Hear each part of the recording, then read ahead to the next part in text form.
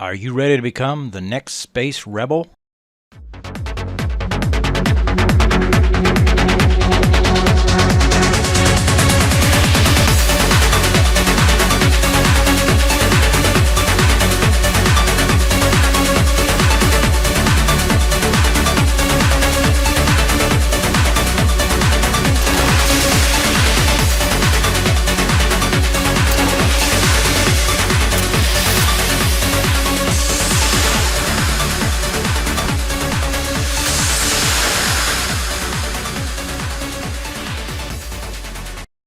Welcome to the companion video for the unofficial player guide to Next Space Rebels.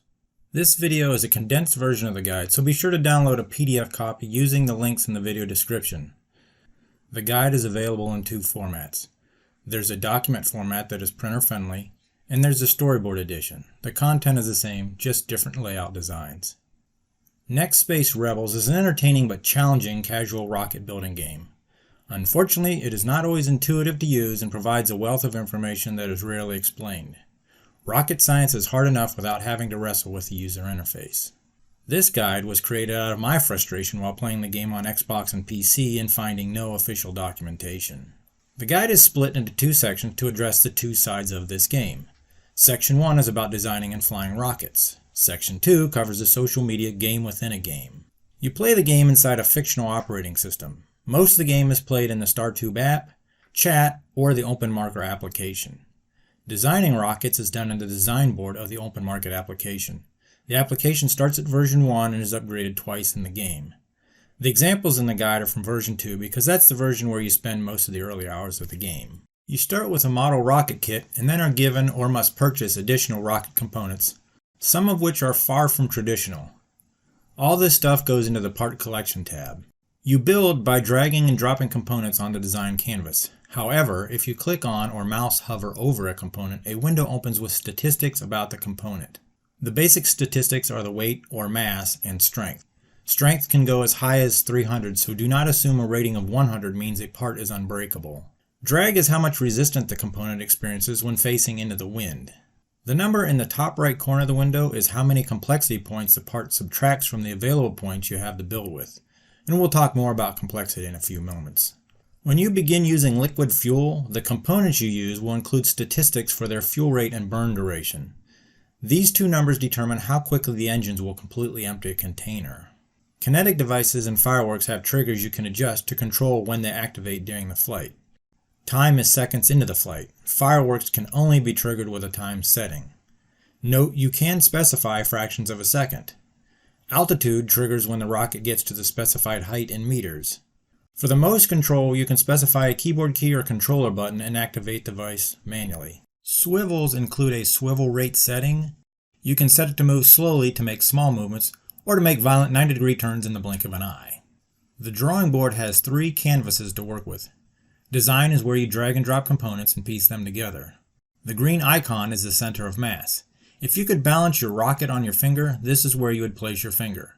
This point moves around based on where you place heavy components and as fuel is burned.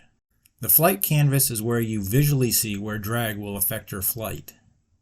The connect canvas is where you draw the fuel lines between propulsion components. It is also useful for moving around small connectors you are unable to grab in the design canvas. On the right side of the design board are the challenge log and tag log. Challenges are the quests you accept from characters in the chat window. The tag log is where you manage the tags you unlock with each video that you upload. Section 2 is mostly about tags, so stick around to learn about them. The summary tab is where you can see everything that will define the flight profile of the rocket you're designing. The basic property being how much it weighs. Engine power is the sum of the output of all boosters and engines. I still have no idea what the unit of measurement is for this number. Drag value is a number between 0.1 and 1, with 1 being a flying brick. Direction and balance. These two arrows are the most important properties on this screen. Green is the direction the engines want to push the rockets. The itsy bitsy teeny weeny orange arrow is the direction the rocket is leaning. This arrow is the best indicator of whether your rocket punches a hole in the sky or the neighbor's house. Too bad you can barely tell when it is not pointing straight up. This green bar is the complexity limit. Naturally, you want to build a rocket capable of interstellar travel to take you to a galaxy far, far away. The game will not allow you to do that until you have mastered rocket design, so it gives you a limited number of build points. As you complete challenges, your pool of complexity points grows to allow bigger, more complex designs.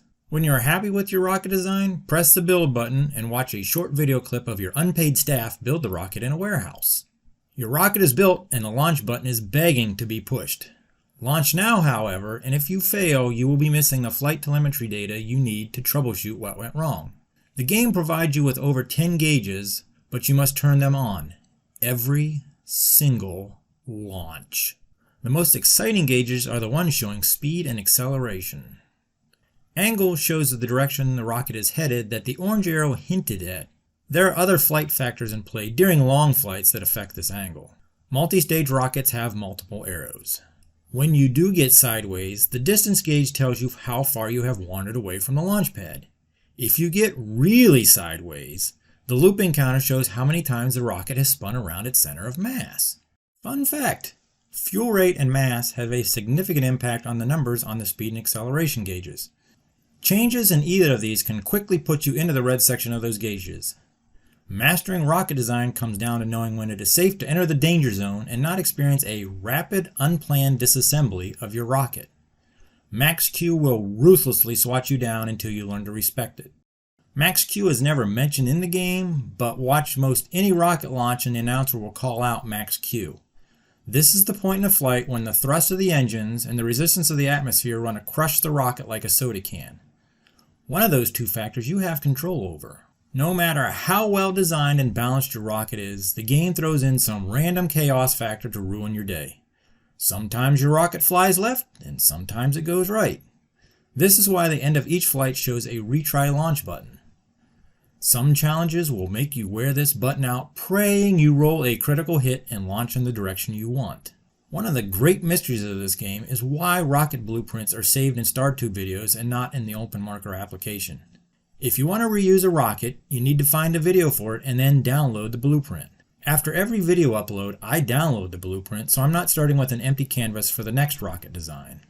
As much fun and as addictive this game can be, there are times when you will find yourself unable to progress. Either it's a challenge that seems impossible to beat, or you've run out of challenges and the narrative appears to have stalled. Keep building and launching rockets. Eventually, you will find a way to trigger a new conversation in chat, and then that will push the game forward. The social media side of the game is the price of admission to play with rockets. You need to upload videos that gain subscribers in order to rank up and earn money to buy rocket parts. At the end of each flight, you will be told if you achieved any tags. When you click the upload video button, a web form comes up. Leave the name field until the end. Skip the description box and go straight to the tags. Most rocket design decisions and events that occur during the flight will unlock a tag. Tags attract viewers. The rarer the tag, the more viewers it attracts. Tags also belong to categories like clever, gross, noob. Initially, you will not know what category a tag belongs to. When you assign tags in the same category to a video, you create a tag combo. Creating a tag combo then reveals the category a tag belongs to. A special note are tags unlocked for completing a challenge. These tags only show up once, so you want to select them even if you do not create a tag combo. Tag combos generate multipliers that increase the number of viewers the video will attract. This in turn creates more ad revenue, which you get paid a percentage of. This is how you win the game. Once you have unveiled the category a tag belongs to, you can see this information by highlighting the tag. This makes creating combos easier the more videos you upload. You need to be strategic about how often you use tags to create combos. Whenever you assign a tag to a video, the tag goes on a cooldown for 10 more video uploads. Now you can continue to make combos with the tag, but the tag will not attract viewers until the cooldown has expired. Now that you have assigned tags to the video, it's time to consider editing the auto-generated name. As mentioned earlier, rocket blueprints are stored with videos. Using a naming convention will make finding those blueprints easier. When I create a tag combo I know will generate a lot of viewers, I include the prefix of tags. So I know the design is perfect for making tag combos. If I like the construction and flight profile of the rocket, I use the prefix body. This makes it easier to load a proven design and modify it to meet the next challenge. In the body of the name, I might put the tag combo category or what the rocket accomplished, like altitude or number of loops. At the end of the name, I might put the rarity of tags and the quantity of each. You will generally need to fly a design twice to get all the information you need to fully name a video so that you can farm it efficiently. By the second video for a rocket, I'll have a name like tags clever 1.7 million for the number of viewers, 3.2k for the number of subscribers, and then 2R TAC 2L-1V for the 2 rare, 2 legendary, and 1 viral tags generated by the launch. There you have it. The guide goes into everything in more detail, but hopefully you have a decent understanding of the game mechanics now. Space is calling, so go out there and start launching rockets.